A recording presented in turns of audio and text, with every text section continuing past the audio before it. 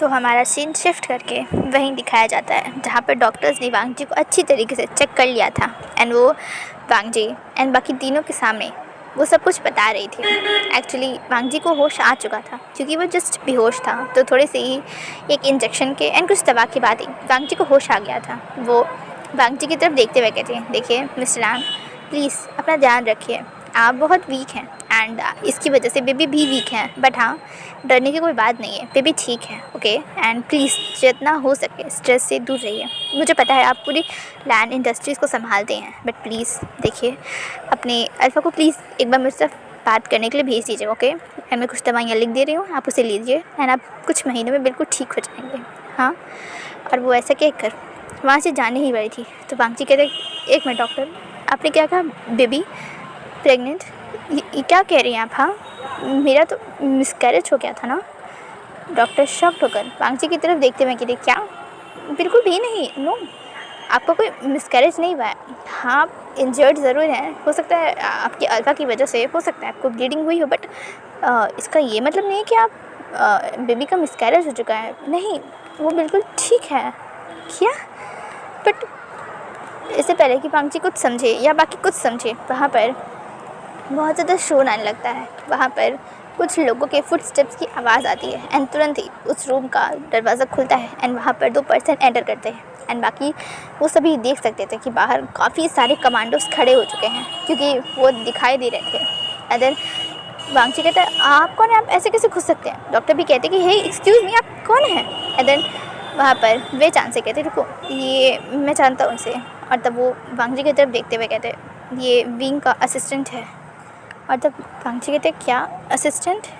और तब वो पर्सन सबके सामने खुद को इंट्रोड्यूस करते हुए कहते हैं, हाँ मेरा नाम वेन निंग है, मैं Mister Wei Wuxian the chief commando of China का हेड असिस्टेंट हूँ एंड उनके सभी काम मैं ही देखता हूँ, करता हूँ एंड वो सभी काम मेरे ही अंडर होते हैं। एंड मुझे माफ़ करिए, मेरी यहाँ ना होने की वजह से एक बहुत बड़ी गलतफहमी हो गई है।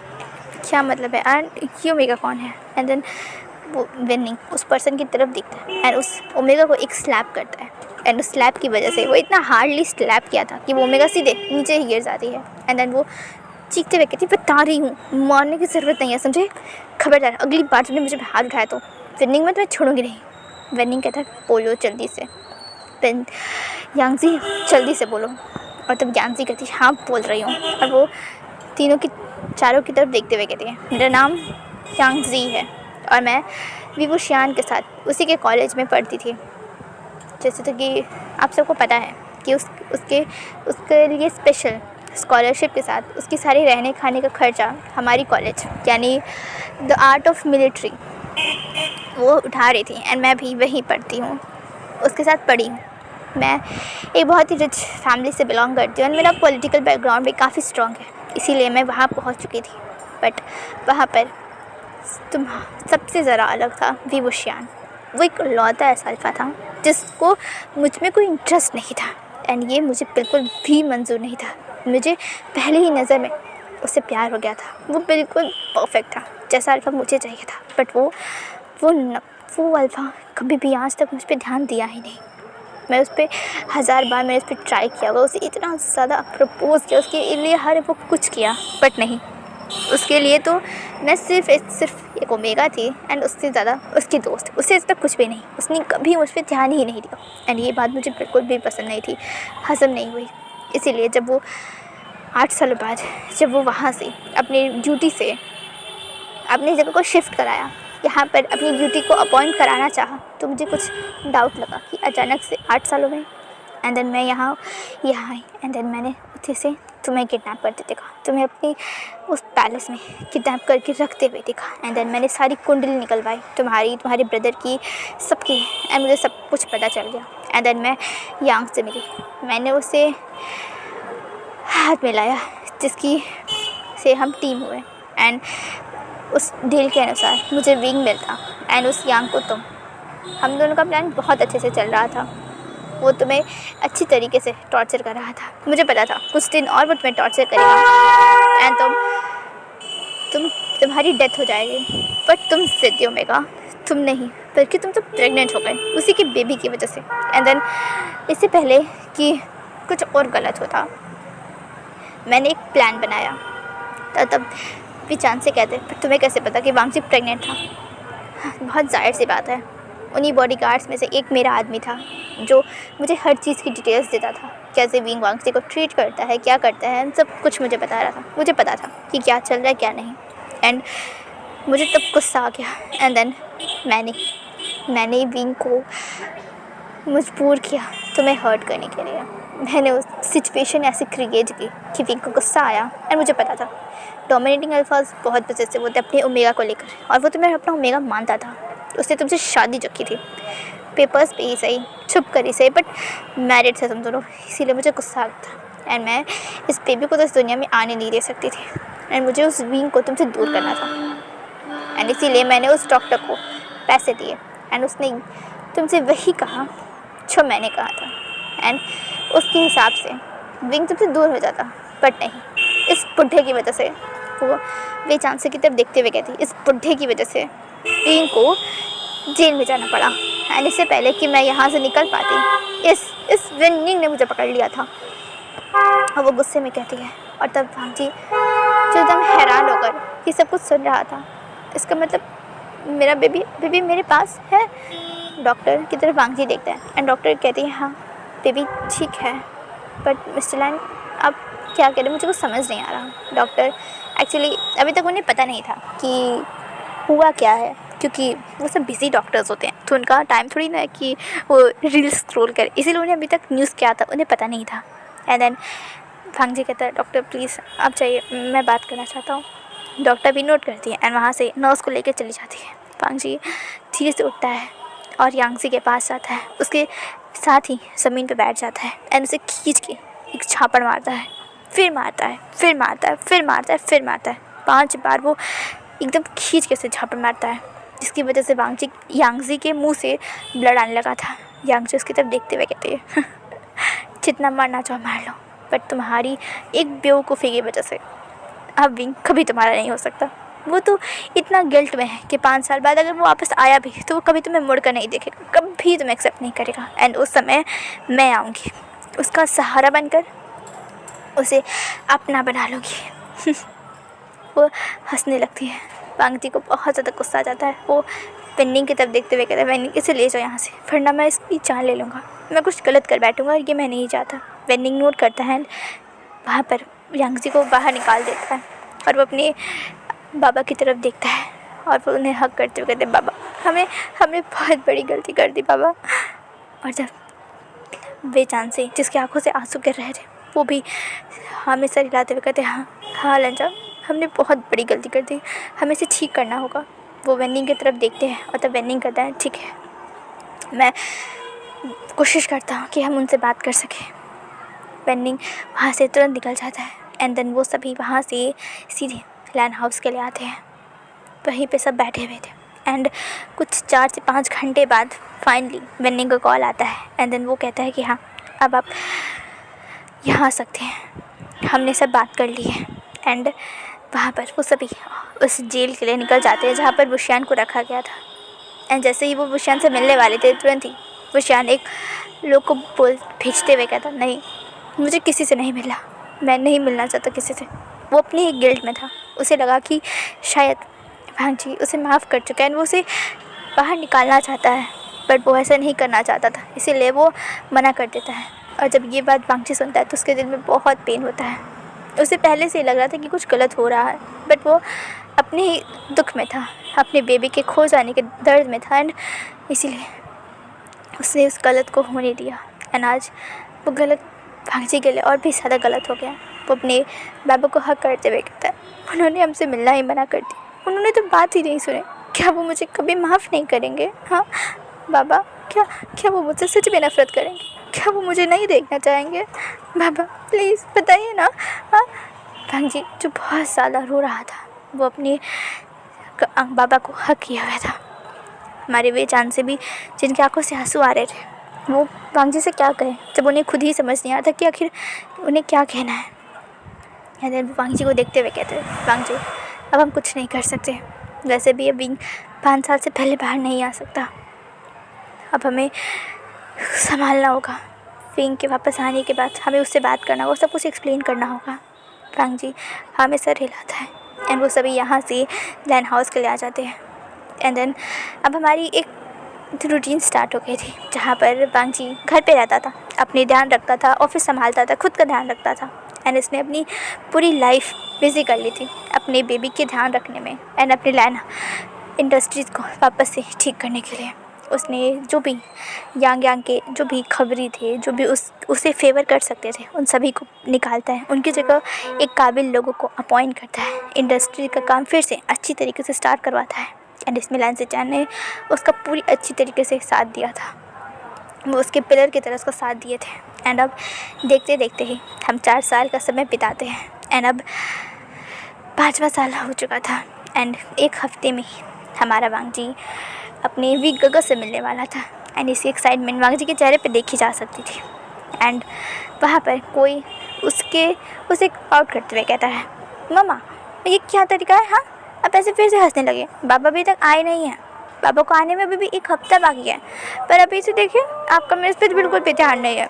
युवान आपसे बिल्कुल बात नहीं करेगा, युवान नाराज़ है आपसे। आप कितने बुरे हो मम्मा, बाबा आने वाले हैं इसीलिए आपको तो बिल्कुल भी युवान पे ध्यान नहीं है। मैं देखना बाबा से शिकायत करूँगा कि आप युवान से प्यार ही नहीं करते, सिर्फ बाबा से करते हो। मैं बाबा से बहुत लड़ने वाला हूँ, पता है आपको। और ये ऐसा कहकर युवान पाउट कर लेता है।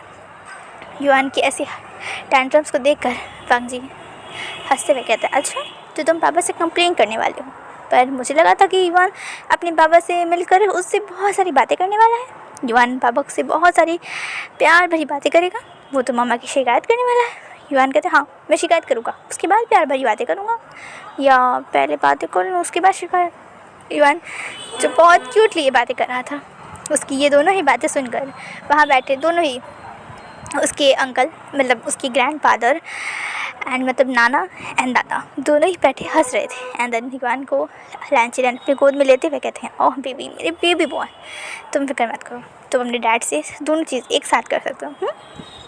हाँ ठीक है ग्रैंडपा अपने, और वो ऐसे कह के स्माइल करने लगता है। एंड देन वो वांग जी की तरफ देखते हुए कहते हैं, वांग जी विंग आने वाला है। वांग जी कहते हैं, हाँ डैड, मैं बहुत ज़्यादा हैप्पी, फाइनली विंग आने वाले हैं एंड मैं उनसे मिलने के लिए बहुत एक्साइटेड हूँ। बट पापा दादा क्या वो मुझे माफ़ करेंगे? मेरी वजह से उन्होंने इतना सफ़र किया, उनकी पूरी लाइफ सफरिंग से भर गई, क्या वो मुझे एक्सेप्ट करेंगे? क्या वो फिर से इस चेहरे को देखना चाहेंगे? एंड ये कहकर वांग जी की आंखों में से आंसू गिरने लगते हैं। युवान जो अपने ग्रैंडपा के लैब पे बैठा हुआ था वो तुरंत उतरता है एंड वांग जी के पास आकर उसे हक करते हुए उसके आंसू को पोंछते हुए कहता है, मम्मा मत रोना, युवान पापा को मनाएगा, युवान पापा से सॉरी बोलेगा, पापा मान जाएंगे ना, वो युवान की बातें नहीं मना करेंगे, आप मत रोना, युवान बाबा से बात करेगा, वो मम्मा को नहीं छोड़ेंगे, है ना। युवान की ऐसी प्यारी सी बात सुनकर वांग जी उसे हक करके और भी रोने लगता है। दैन वो कहते हैं, हाँ तुम्हारे पापा तुम्हें देखकर बहुत खुश होंगे, 5 सालों से वो अपने ही गिल्ट में जी रहे हैं। मुझे समझ नहीं आ रहा मैं इसे कैसे कहूँ, क्या कहूँगा, कैसे बताऊँगा। वांग जी जो अपने मन में घुट रहा है, अगर विंग वहाँ 5 सालों से जेल में घुट रहा है अपने बेबी के डेथ की वजह से, तो यहाँ वांग जी भी घुट रहा है कि अपने अल्फ़ा को उसने इतनी चोट पहुँचा दी। हाँ उन दोनों का डिवोर्स हो चुका है, बट अभी तक वांग जी ने किसी को भी अप्रोच नहीं किया, किसी से शादी नहीं की। इनफैक्ट वो शादी कर भी कैसे सकता था, वो पहले से ही विंग से प्यार करता है ना, तो विंग की और उसकी प्यार की निशानी उसके पास है, तो वो कैसे कुछ कहे। यांग जी को भी वापस से उसी जेल में विंग के साथ ही भेज दिया गया था रहने के लिए। हालांकि वो दोनों कभी एक दूसरे से मिल नहीं सकते थे क्योंकि विंग को सबसे ज़्यादा अलग रखा गया था, बट यांग जी भी वहीं थी, उसी जेल में थी एंड वो पागलों की तरह बिहेव करती थी। इन 5 सालों में वांग जी काफ़ी बार उससे मिलने गया है, उसे अलग अलग तरीके से उसने खुद भी टॉर्चर किया है, क्योंकि जो विंग की पोजीशन थी वो सब कुछ वांग जी को मिल चुके थे। हाँ वो उस पोजीशन पे वर्क नहीं कर सकता था, मतलब कुछ कमांड नहीं दे सकता था, बट वो अथॉरिटी वांग जी की ही थी। उस जगह पे अभी तक किसी दूसरे ऑफिसर को अपॉइंट नहीं किया गया था, क्योंकि वांग जी ने सब कुछ मीडिया में अच्छे से बाहर आकर बता दिया था। यांग जी ने भी सब कुछ कबूल कर लिया था, इसीलिए जो विंग की पोजीशन किसी और ऑफिसर को मिलने वाली थी वो वहीं रुक गई थी। मतलब उस पोजीशन को अभी कोई भी ऑप्ट नहीं किया हुआ था, वो पोजीशन अभी भी वांग जी के पास थी एंड विंग के आने के बाद उसे मिलने वाली थी, क्योंकि सज़ा तो सुना दी गई थी एंड विंग किसी से मिलना नहीं चाहता था, इसीलिए ना उसे कोई बता पाया उसे, और ना ही वो बाहर आया। एंड अब ये एक हफ़्ता भी बीत चुका था और आज हमारा विंग बाहर आने वाला था। वांग जी जो बहुत ज़्यादा एक्साइटेड था, नर्वस था, डरा हुआ था, वो हर एक इमोशन उसके अंदर था जिसे वो समझ नहीं पा रहा था।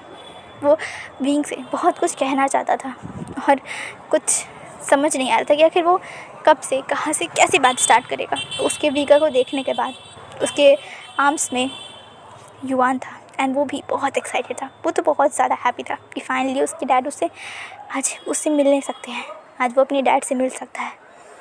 वो सभी पर्सन जेल के बाहर खड़े हुए थे, वहीं विंग बाहर आने वाला था और आज 5 सालों बाद फाइनली विंग बाहर आता है। उसकी आँखों में सबसे पहले वो अपनी आंखें बंद कर लेता है, क्योंकि इन 5 सालों में शायद से ही उसने सूरज की किरण देखी होगी, इसीलिए वो बाहर आते ही अपनी आँखों को बंद कर लेता है, क्योंकि वो लाइट उसे एडजस्ट नहीं हो रही थी। वो 5 मिनट तक एडजस्ट करता है एंड देन जैसे वो बाहर अपनी आइज़ खोल के देखता है तो उसकी आइज़ सबसे पहले जाती है वांग जी पर, जिसके हाथ में एक बेबी था एंड उसके बगल में उसके डैड थे, उसके अंकल थे एंड उसके गगर थे।